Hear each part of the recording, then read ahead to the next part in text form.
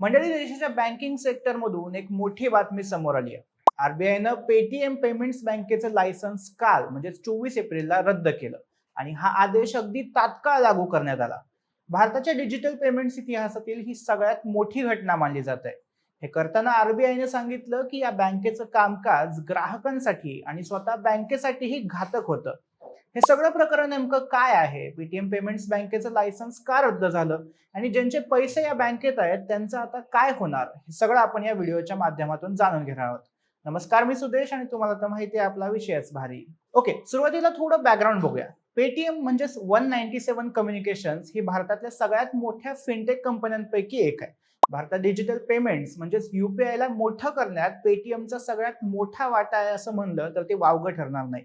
UPI app पासून सुरू झालेल्या पेटीएमने हळूहळू online bill payments, ticket booking आणि बऱ्याच क्षेत्रात प्रवेश केला आणि याच कॉन्फिडन्समुळे त्यांनी पुढे बँकिंग क्षेत्रातही उडी घेतली.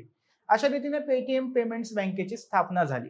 पण गेल्या काही वर्षांमध्ये या बँकेवर आरबीआयचा रोष वाढत गेला आणि अखेर आरबीआयने त्यांचं लायसन्स रद्द केलं.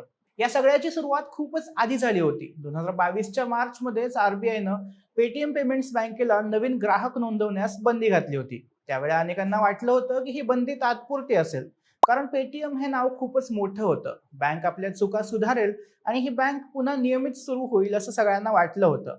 पण तसं झालं नाही. 2024च्या सुरुवातीलाच आरबीआयनं पेटीएम बँकेवर आणखी काही कठोर निर्बंध लादले. बँकेला आता नव्या ठेवी स्वीकारण्यास, क्रेडिट व्यवहार करण्यास आणि वॉलेट टॉपअप करण्यास देखील पूर्णपणे बंदी घालण्यात आली. याचा अर्थ बँक तशी तर बंद पडली होती, फक्त ऑन पेपर अस्तित्वात होती.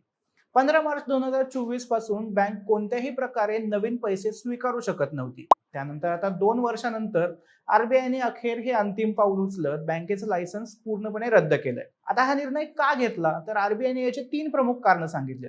पहिलं म्हणजे केवायसी म्हणजेच नो युअर कस्टमर प्रक्रियेतील गंभीर त्रुटी.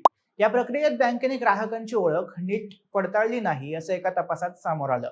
एकाच पॅन कार्डशी अनेक खाती जोडलेली होती, त्यामुळे मनी लॉन्ड्रिंग आणि इतर आर्थिक गैरव्यवहारांना वाव मिळत होता, जी नक्कीच गंभीर बाब आहे. कारण बँकिंग व्यवस्थेचा कणाच हा असतो आणि पेटीएम पेमेंट्स बँकेने हे मूलभूत कर्तव्यही नीट पार पाडलं नाही. दुसरं कारण म्हणजे व्यवहारांवरील देखरेखीचा अभाव आणि तिसरं कारण होतं बँकेचे व्यवस्थापन हे सार्वजनिक हिताला हानिकारक असणं. आरबीआयने स्पष्ट केलं की बँकेचं कामकाज बँकेच्याच आणि तिच्या ठेवीदारांच्या हिताविरुद्ध चालवलं जात होतं आणि व्यवस्थापनाचं कॅरेक्टर हे सार्वजनिक हितासाठी घातक होतं. बरं, या चुका एकदाच नाही झाल्या तर त्या वारंवार होत होत्या आणि बँकेसाठी सवयीच्या झाल्या होत्या. त्यामुळे ही बँक आता नियामक चौकटीत काम करू शकेल का याची खात्रीच वाटत नव्हती.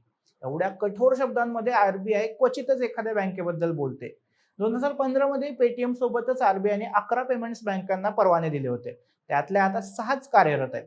आता मुद्दा हा आहे की ज्या ग्राहकांचं बँकेत अकाउंट होतं त्यांचं काय.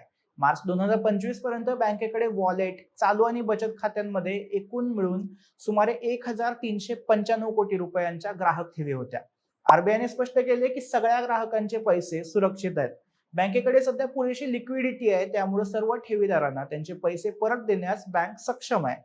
पेटीएमने देखील आपल्या ऍपवर याबाबत माहिती दिली आहे. आरबीआय आता हायकोर्टात बँक बंद करण्याची याचिका दाखल करेल. त्यानंतर न्यायालयाच्या देखरेखीखाली ग्राहकांचे पैसे परत केले जातील. ग्राहकांना पैसे किती वेळात आणि कोणत्या पद्धतीने मिळतील हे तेव्हाच समजेल. पेटीएम वॉलेट बंद झाल्यानंतरच कित्येक ग्राहकांनी आपले पैसे बँकेतून काढून घेतले होते. त्यामुळे त्या ग्राहकांनी टेन्शन घ्यायची गरज नाहीये. ज्यांचे पैसे अजूनही खात्यात होते त्यांनी देखील पॅनिक न होता शांत राहावं असा सल्ला आरबीआयने दिलाय. तुम्ही देखील या बँकेचे ग्राहक असाल आणि अकाउंटमध्ये पैसे असतील तर ते काढून घेण्याचा प्रयत्न करा. निघाले तर ठीक, नाही तर मग न्यायालयीन प्रक्रिया सुरू होण्याची वाट बघा. आणखी एक सगळ्यात महत्त्वाची गोष्ट म्हणजे पेटीएम ऍप बंद झालेलं नाहीये, फक्त त्यांची बँकिंग सेवा बंद झाली आहे. Online payments, QR, UPI, payment gateway आणि तिकीट बुकिंग वगैरे सारख्या सगळ्या गोष्टी सुरळीतपणे सुरू आहेत. एनपीसीआय म्हणजेच नॅशनल पेमेंट्स कॉर्पोरेशन ऑफ इंडियाने आधीच पेटीएमला थर्ड पार्टी ऍप्लिकेशन प्रोव्हायडर म्हणून मंजुरी दिली होती. त्यामुळे युपीआय सेवा इतर बँकांच्या माध्यमातून सुरू राहणार आहे. म्हणजे पेटीएम हे एकेकाळी भारताच्या डिजिटल क्रांतीचं प्रतीक होतं. नोटबंदीनंतर लाखो भारतीयांनी पहिल्यांदा पेटीएमच्या माध्यमातून डिजिटल व्यवहार केले. आता तर अगदी सोन्यापासून ते भाजी खरेदी करण्यापर्यंत सगळीकडे युपीआयने पेमेंट केलं जातं. पेटीएम व्यतिरिक्त आणखी ऍप्स आले असले तरी सुरुवात पेटीएमने केली हे विसरता येणार नाही.